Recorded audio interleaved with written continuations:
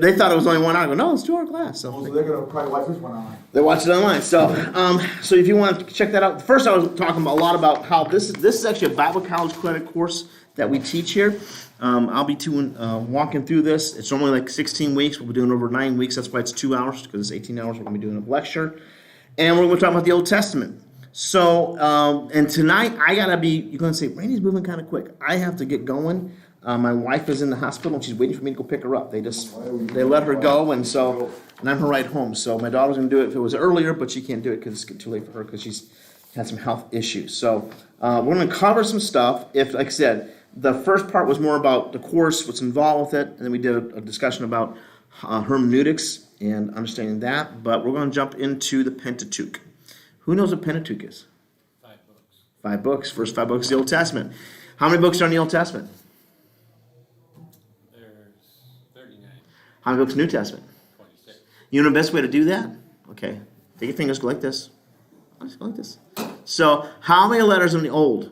O-L-D. How many is that? 3. So how many letters in the Testament? T-E-S-T-A-M-E-N-T. 9. So you got 39 books in the Old Testament.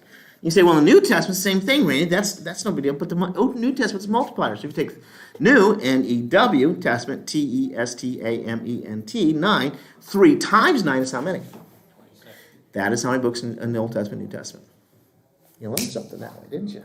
Isn't it 26 in the New Testament? 27. 27. So why don't you just remember 39 and 27? 39 and 27. There you go, instead of remembering. So 66. 27. Now, so the first 5 books are what we call the Pentateuch. And they're foundational books of the Old Testament, New Testament, the Hebrew faith, Jewish faith, the Hebrew faith and Christian faith, and Islam. They're foundational because they're, 1, story of creation.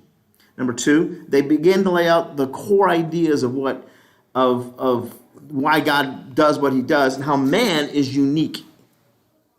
You know, if we understand, like, what's the difference? You know, we can say there's a lot of difference in you and God. What's the difference in you and angels? Which is greater value, the angels or you? Man. Why? Because we have a choice. You have a choice, exactly. And so that choice is a very powerful thing. But understand that idea of choice is, once you start getting your head around that one, that's a big deal. Now there's some basic theology people, Baptist people, that, you know, it's once saved, always saved, and there's no, you're like predestined. But then that rules out choice. Right? I'll make the argument that we have powerful choice. Okay, that's Calvinism and all that kind of stuff. So, but the Old Testament, especially the Pentateuch, you have all these, and there's all these key narratives in the Old Testament, especially the Pentateuch. Moses, Abraham, Isaac, Jacob, Joseph. You have all these characters, and that's how the story of the New, especially Genesis, creation, and Pentateuch is really laid out. Then you see the nation rise and fall upon men or kings in the Old Testament. The blessing of the nation of Israel was on the king or the man. It always rose and fell on the king. That all changed on the New Testament because it made it between us, not between us, God, and a nation, but God and a person. And that's where redemption is found. But the Pentateuch is the first foundation of all that. It lays it all out and puts it all together. Okay, so we're going to talk about that a little bit. Okay, a lot of this stuff I'm going to talk about here comes from a book by a scholar by the name of Unger. It's a classic Old Testament scholar. He was a professor at Moody Bible Institute for many, many years, very highly regarded. So I put in here because you say, I took a quote out of Pastor Ray's notes and I looked up and said, Guy Unger said it. Yes, he did. I stole from him. So there you go. So I'm not plagiarizing. Okay, so he said there's 3 divisions of Hebrew canon: law, history, poetics, and prophets. Now, I differ a little bit with that. I would also, where he puts in the prophets, he puts Lamentations, Song of Solomon, Job. Those are what I call literature books or wisdom books. Those are wisdom books. Proverbs would be considered a wisdom book. He puts those under prophets. I don't agree with his idea on that. But that's, you know, so you'll see 3, 4, some put 5. You know, they say the law is one category, which would be the Pentateuch, the historical books, which 1st and 2nd Kings, 1st and 2nd Chronicles, 1st and 2nd Samuel, 1st and 2nd Samuel, all those 1st and 2nd Kings, all those are historical books. Well, but then you got my brain was stupid on this one. You have Judges, which is a historical book. You know, so you have all these different, so they kind of overlap a little bit. So, so there's some divided up differently. Okay. There's also a time frame throughout the through the Old Testament. There are gaps in it too. Like when they talk about, the genealogies are great reference for time frames in the Old Testament. And so when you look at that, it's understand how all it puts together, so that you look at the genealogies in a book. Go, why is this here? Because they're very important in the time of the Old Testament and New Testament. Why they're written the way they're written, and that gave a lot of context to it. Okay, so Genesis, Leviticus, and Deuteronomy. Okay, they're one natural unit. They all kind of put together. You got to think about all three of them together. One, because they're all written by Moses with a clear point of view. Okay, ancient books were in rolls. That's one of the things. They're 35 inches in length. Okay, how they wrote them. The division of books has more to do with what could be written in a 35-foot roll. Yeah, feet or inches? I was going to. 35 feet. Okay. 35 feet. So what would be get? So they would write one book. What they can get on one roll, that would be the book. So that's why Genesis would be one book, Leviticus would be another book, Deuteronomy would be another book, and portions of them would be breaking up in that way too. It's just, there's the nuances, this logistic of writing the books in that time. When you think about it, because they were handwritten on these leather scrolls. Well, that's your page limit. So they put the stories what they did and how they did. Okay. Important to note that the author of any books of the Bible did not write them with the chapters and verses and divisions. Those were added later, much later. After Christ they were added. When they wrote the Old Testament, they didn't think about chapters and verses. Really cool way to look at is read the Bible without chapters and verses. Just sit down and read the book of Matthew just for fun, without chapters and verses. They're out there. You can find them online. Print them out in PDF format. Got a fun way to do it. But just don't be limited by how they're broken down, because the chapters and verses is how someone decided to break it up. It doesn't always, may not fit true to the narrative. Understand that. The importance of the Pentateuch. Note, only by reason of its position and antiquity, there's a quote from Unger, as the first book of the Bible, the Pentateuch is of the highest importance to the Bible students, no matter what angle is considered. So, if you're going to understand the Bible, be a student of the Bible, you have to understand the Pentateuch. It's found, because see, we are very Christ-centered because we're Christians. So we tend to view, we like the New Testament. It's grace. We like that. It's grace and love and all good stuff. We like that. In the Old Testament, well, it's different.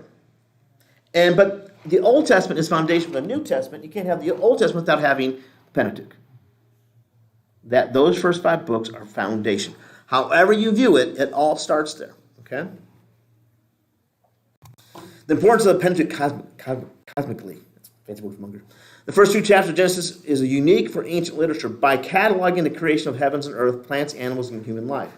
Now, there's a lot of people, if you listen to big fancy scholars, there's a podcast. Okay, there's a podcast, and I'll use some of the videos in the class. Majority of their stuff is pretty decent. Okay, they do videos on YouTube called, my brain has gone stupid. Hang on. I don't. See, my brain has these moments, and it just kind of blanks out on me. I know you guys are not that old, and it doesn't happen to you. It's only me. You were. There is the Bible Project. Bible Project does a lot of great videos, and they also do a podcast. They dive into stuff really, really deep, and it's fun stuff. And they talk about how and they spent 10 weeks on just 1 or 2. The problem is, that's an exaggeration, but they talked a lot about it. And the thing is, those people get really bent out of shape because they differ a little bit. Well, the problem is this. We tend to view a book of history.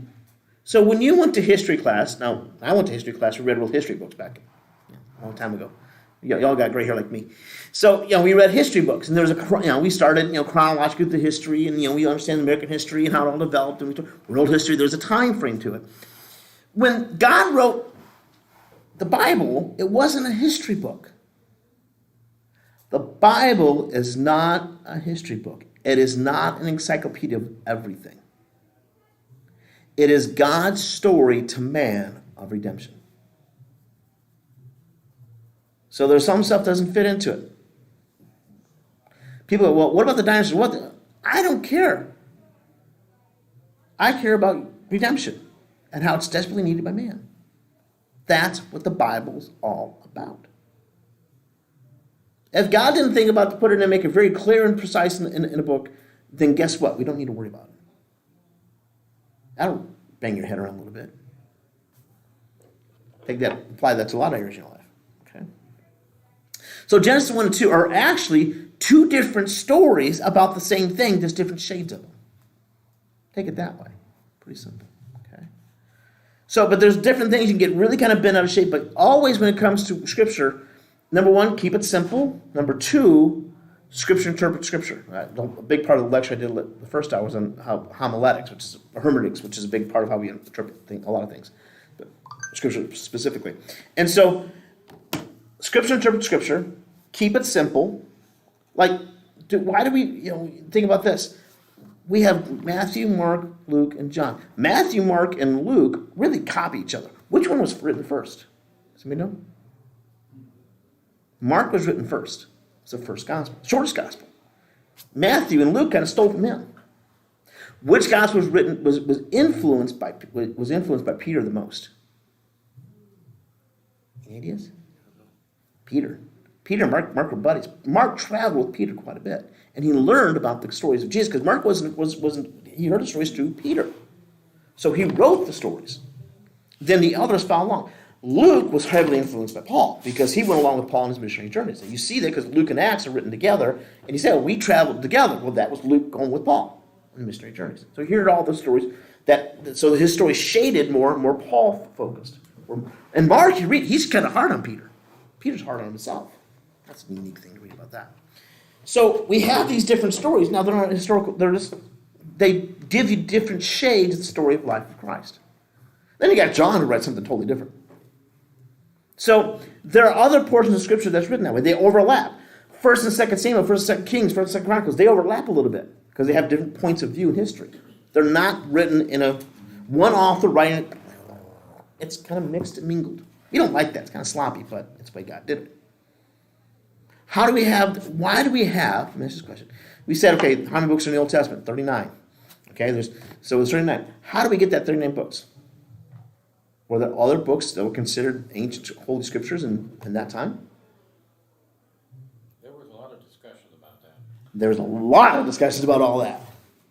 But the Old Testament specifically came to be firmly as the Old Testament when they made what's called the Septuagint.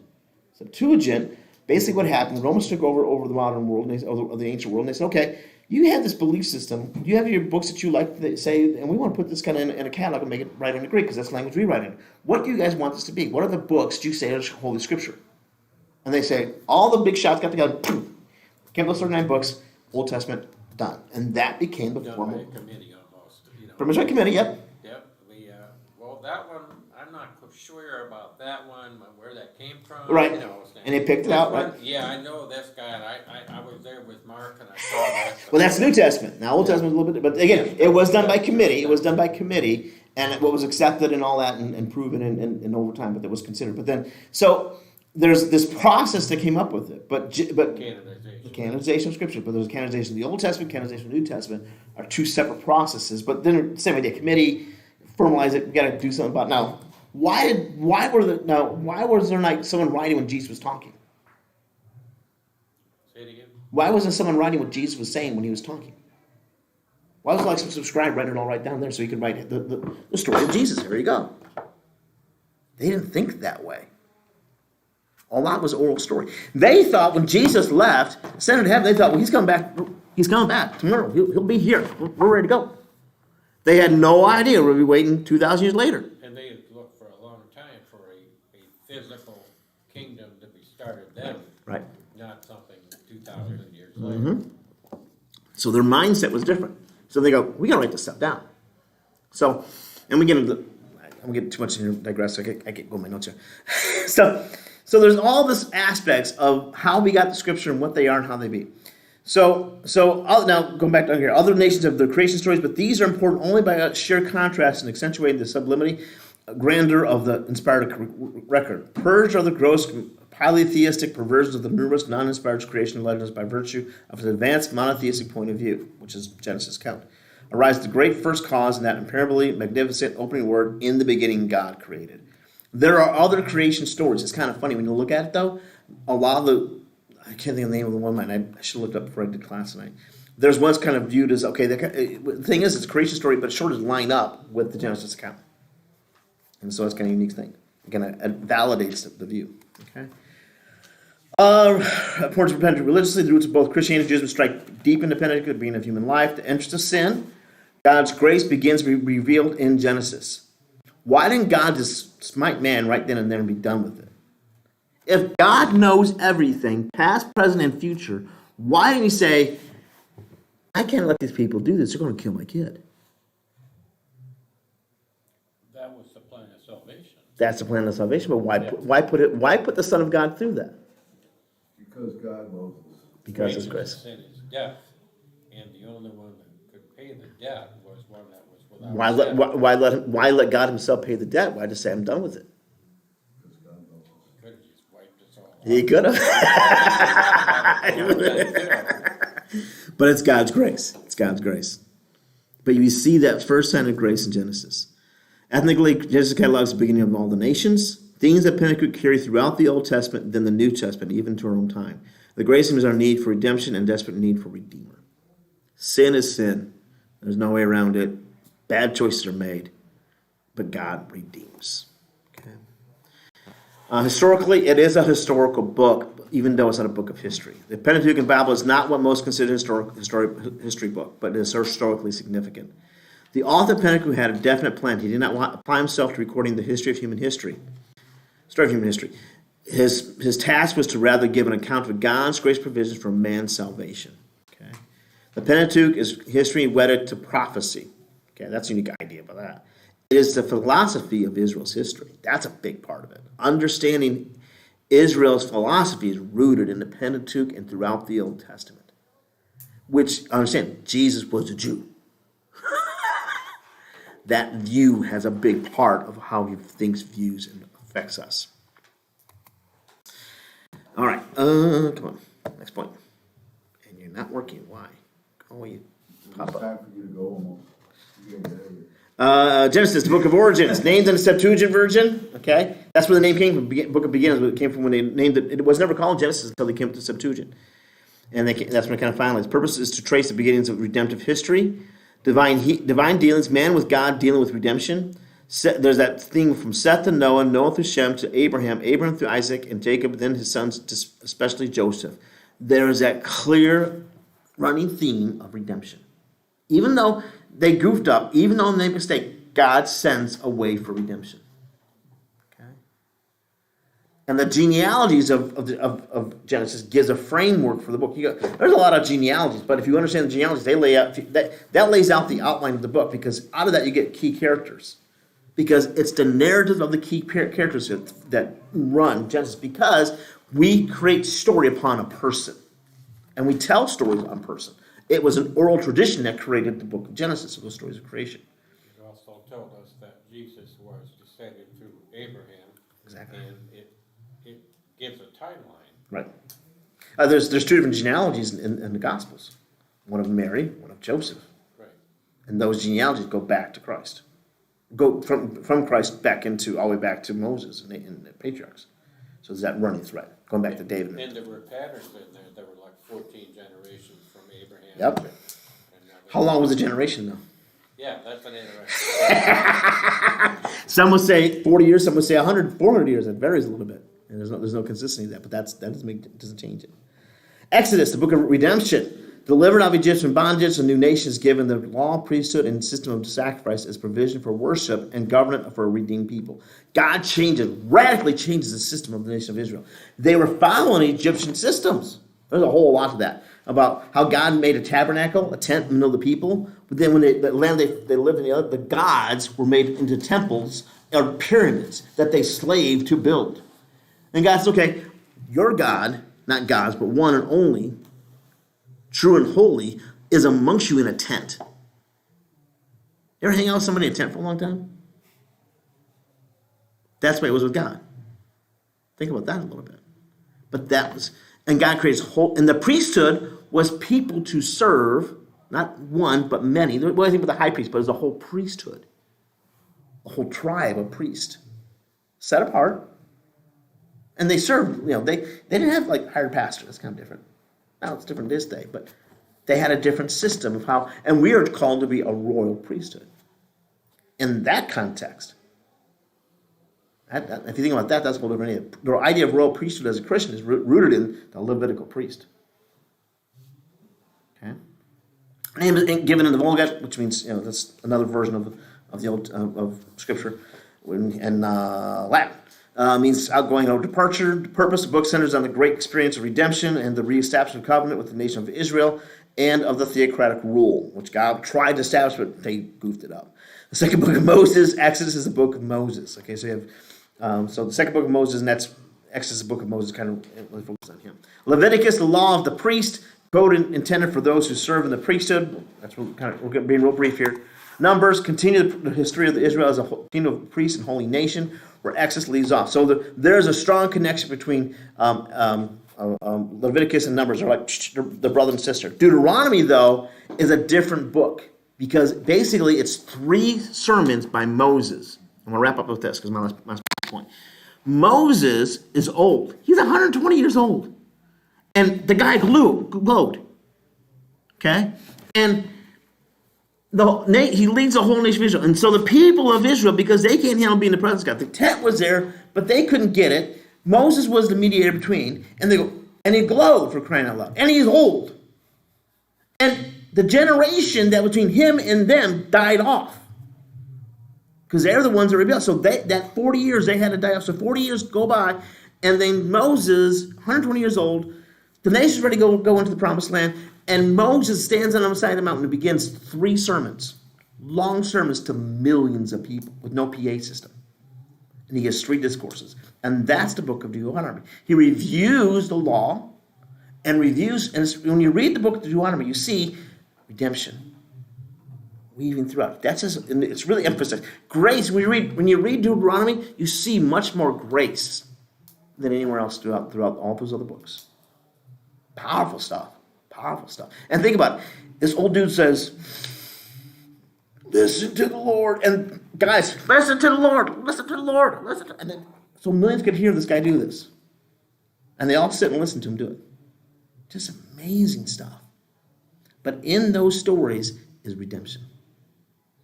It's interesting to see how you think about that kind of, if you look at Deuteronomy and say, okay, I look at Genesis, I look at Exodus, I look at Leviticus and all that law stuff and da-da-da-da. Then Genesis, whoa. Because he hits the high points, opens up some more color on it, but you hear a lot more grace. Obedience, listen to the Lord, obey the Lord, but yet God's goodness. Powerful stuff, powerful stuff. So that is an intro to Pentateuch. I'm going to stop here for now because I got to go. And thanks for joining me, guys. So next week, if you guys want to see how the schedule will work, there's this has in it a schedule if you want to see it. So if you come second hour, that's cool, that's fine. I'll roll with it. You'll see the lectures I'll teach at second hour because it's going to be every other. Well, if we don't go to the first one. You can watch it online. No, we can come now. Next week instead, we can just come to the first one and the second. You come first and second, yep. And Yep. Because I will talk about covenant creation crisis, and then I'll talk about covenant. And now, when I look at the stuff, I'm going to open it up and say, how does kind of the Christ view affect the Old Testament, how we read it, and that's how we'll work in there. I mean, these are free things. It doesn't matter if we had a different class the first hour. We could skip that one next time.